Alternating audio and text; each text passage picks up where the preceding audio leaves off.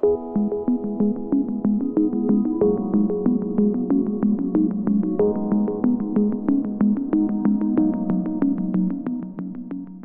today we are going to be showing how to set the travel limits on the G2 for a knee mill. We're going to start off from the DRO menu and we're going to press the setup button. This will get us into where the installation setup is, and now we will press that button. Type in the code 8891 and press enter. This brings us into the installation menu. You can see that down on the screen, software travel limits is about halfway through. So we will press the down arrow on the keypad to highlight the software travel limits. Press enter to enter them. And you may notice that they are already populated. We're going to ignore that. What we're going to do is we're going to set the x-axis. And as you can see right now, it says set left and set right in the bottom soft keys. The x-axis is highlighted. We are going to move the table to set the travel limit. By doing so, we will hit move table. And then we're going to use the arrow pad to actually move the table.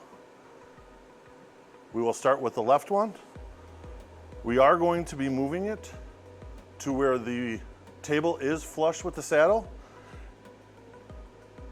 You will use the move table to get as close as possible, but in the end you're going to exit out, and to get it exactly where you want, you're going to move the table by hand.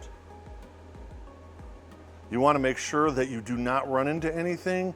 If the table has a saddle lock, you want to make sure that you don't run into that. You want to make sure that you do not run into the motor housing or damage the encoder. Once you are at your position, you can press set left, and you'll notice the number changes. Now we're going to set the right side. So we're going to press move table again, and we're going to move the table to the right using the move table.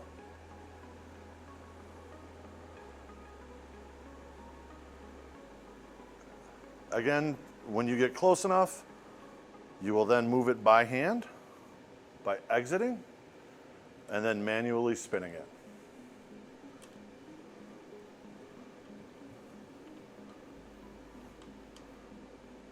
Once you get it into position, press set right. The numbers should change again. To save this, you are going to press the use button, save changes, and the control will acknowledge that the changes have been saved. Once you're doing this, or once you're done with this, you can cancel out and go back to running a part as normal.